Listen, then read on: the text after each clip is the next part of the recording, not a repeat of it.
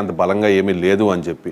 So అక్కడ 4 జిల్లాలకి కలిపి 2 సీట్లే ఇచ్చారు. దానిలో కడప ఉమ్మడి జిల్లాకు సంబంధించి రైల్వే కోడూరు నెక్స్ట్ అక్కడ కొరముట్ల శ్రీనివాసులు వైఎస్ఆర్ కాంగ్రెస్ పార్టీ అభ్యర్థి.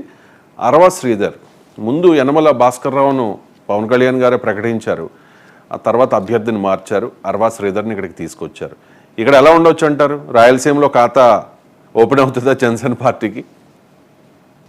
కోడూరు అండి మీరు అడిగేది? రైల్వే కోడూరు కడప జిల్లాకు వచ్చేటప్పటికి అప్లాండ్స్ కమలాపురం, ఎర్రగుంట్ల, పులివెందుల, జమ్మలమడుగు ఈ 4 కాన్స్టిట్యూన్సీస్ వదిలేస్తే మిగతా అన్ని కాన్స్టిట్యూన్సీస్ కోడూరు అంటే చిత్తూరు జిల్లా నుంచి స్టార్ట్ అవుతుంది. తిరుపతి నుంచి బయలుదేరితే కోడూరు, రాజంపేట, బద్వేలు, కడప సిటీ, మైదుకూరు ఇవన్నీ కూడా Balija community, BC communities, SC community dominating areas. రాను శేషాద్రి అడుగుల్లో ఉన్న రాజశేఖర రెడ్డి గారు అప్పచెప్పారు అందరూ వాళ్ళందరికీ, రెడ్డి గారు అందరికీ ఎర్రచందనం కొట్టుకుని అమ్ముకుని బతుకుని హ్యాపీగా సంపాదించుకుంటారు 1000 కోట్లు. అంటే ఎర్రచందనం ఇచ్చారు విడిగా, వాళ్ళ తాతగారు ఆస్తిలాగా అడుగులని కొట్టుకుని అమ్ముకున్నారు. ఒక్కొక్కళ్ళు మాఫియాగా మారారు, 1000 కోట్ల సంపాదన. ఆ డబ్బులు తీసుకొచ్చి రాజకీయాల్లోకి పెట్టి ఇప్పుడు గెలుస్తున్నారు ఆ ప్రాంతాల్లో. అంతకుముందు ఎన్ని కూడా బలిజర్స్ డామినేటింగ్ ఏరియాస్. రత్న సభాపతి కానివ్వండి, పాలకొండ రాయుడు కానివ్వండి, రాయచోటి కానివ్వండి, మిగతా రీజన్స్ అన్ని కూడా దాదాపుగా బలిజర్స్ చేతిలో ఉన్నాయి. ముఖ్యంగా కాపులు, బలిజలు డామినేటింగ్ ఉన్న నియోజకవర్గాలు ఏం చేస్తారంటే ఎస్సీలు కింద ఉంచుతారు. అట్లా కోడూరు, బద్వేలు గత 20-30 ఏళ్ళ నుంచి నా ఊహొచ్చే కానీ నేను ఎస్సీలే చూస్తున్నా. రాజోలు, పీగనవరం, అమలాపురం ఎస్సీలే చూస్తాను. కాపులు బలంగా ఉంటే ఎస్సీల కింద ఉంటాయండి. రెడ్డి గారి, చౌదరి గారి మాత్రం అవి ఓసీ కిందే ఉంటాయి. వాళ్ళ ఓసీ కింద పెట్టుకొని వీళ్ళ బలి పూసలు చేస్తారు. వీళ్ళకి సిగ్గు శరం లేదు. కాపులు, బలికి సిగ్గు శరం, మనం మర్యాద, రోషాలు చెప్పారు.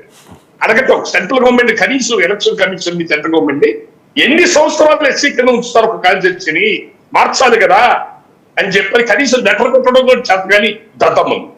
అది అందువల్ల ఈ కోడూరు మొదటి నుంచి ఎస్సీ కాన్స్టిట్యూన్సీ కింద ఉంచారు. కానీ అక్కడ ఓటింగ్ కానివ్వండి, మిగతా పట్టంతో కూడా బలిజలతే ఉంది. ఏ రెడ్డి సామాజిక వర్గం ఎవరొకరు వచ్చి దౌర్జన్యాలు చేయటం కానీ ఏం చేసే అవకాశం. మన అన్నమయ్య డ్యాము కొట్టుకుపోవటం వీటన్నిటితో ఆ ప్రాంతాల్లో ప్రజలు చాలా ఇబ్బందులు పడ్డారు, కడుపు మండిపోయి ఉన్నారు ఆ ప్రాంతాల్లో.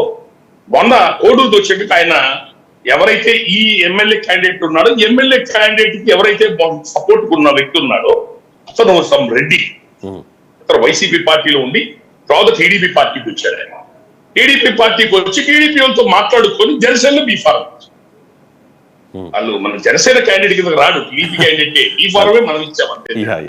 వాళ్ళ ఇంట్లో పనిచేసే వ్యక్తి ఒక సర్పంచ్, ఎక్స్ సర్పంచ్ కొడుకు ఎవరో ఒక పిల్లడు యంగ్స్టర్ రోడ్ అబ్బాయి మంచోడు, ఆ అబ్బాయికి ఇప్పించుకోడు, ఖర్చు అంతా నేను చూసుకుంటా, నాది బాధ్యత ముందుకు వచ్చాడు.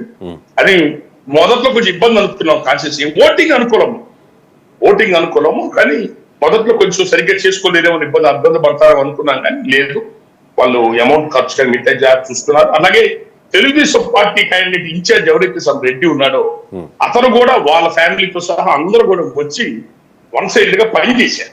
చిట్వేలు మండలం, కోడూరు మండలాలు కూడా ఇల్లు వచ్చాను.